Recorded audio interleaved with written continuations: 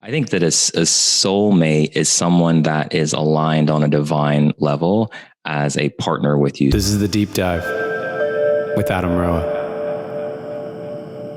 So there's an evolution built into that. There's a deep sense of partnership in love, but also in evolution. I keep bringing back the word evolution because I do think that a soulmate relationship is reflective of our relationship back to remembering our connection with source. That's how I see a soulmate relationship.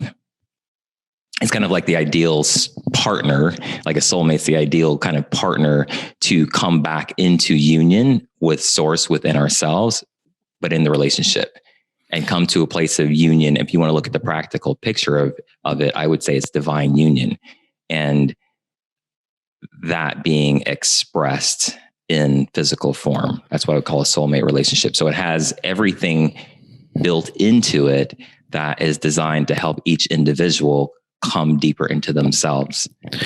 So I could already feel the energy in me, and this podcast is going to be me like asking you really difficult questions and like challenging things. Bring it. So in terms of that, I would say that we probably both believe that you can't not have divine union. Like every union is going to be divine. You can't not have a relationship that evolves your soul. That is like evolution in motion through relationship. Mm-hmm. And so why do you think people, if every relationship is going to evolve your soul, you can't get into the wrong one. If you wind up in one and it winds up being abusive or whatever, it's still necessary for what your soul has called.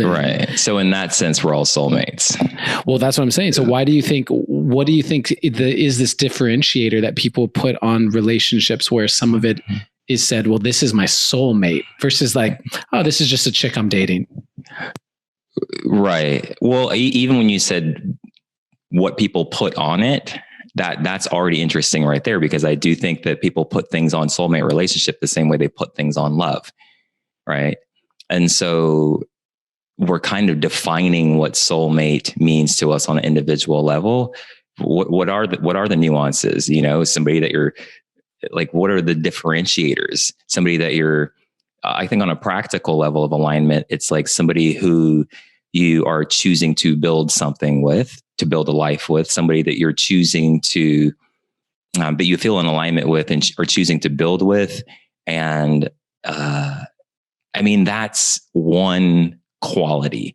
If I jump back to the soul level, then I just think of like, who are the best like soul partners? But that's a great question. That's a really good question. Like, this is a deep dive, bro. What other kind of questions? What else are we going to do? This is what we're starting with, is these questions now. Yeah. What do you think? What's a differentiator? You know, I think people use the term soulmate to describe, a depth of feeling, because I believe that, in a lot of ways, love has become cliche.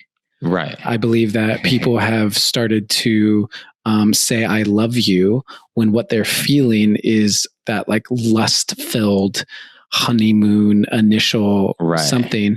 And if in the first couple months, it's funny because I said, I love you to my current girlfriend relatively fast.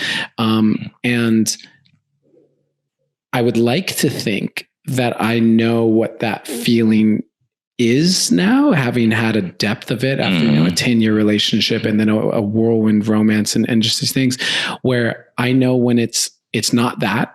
I've gone on dates with people and been like, oh, I'm not in love with this person. Right. But simultaneously, where can you progress to if love is there in the first 2 months? You know what I mean? I feel like, especially in the conscious community, if you're into personal development work, which is pretty much everyone who's listening to this podcast, right? You get to know yourself at a deeper level, right? That's what happens. And when you know yourself at a deeper level, you can bring more of yourself to the world, into relationships. And so when you get into a relationship with someone, compared to before you started doing the work, you are now, bringing more of yourself is being seen. So there's a depth of connection that you feel.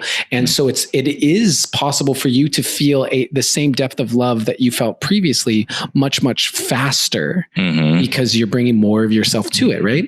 And I think that for a lot of people if love is there, then after 6, 7, 8 months, as that deepens, we've had to find a word that makes us feel like we can describe that. And I think people will say soulmate. Or twin flame or whatever as a way of describing a depth to the love that they feel.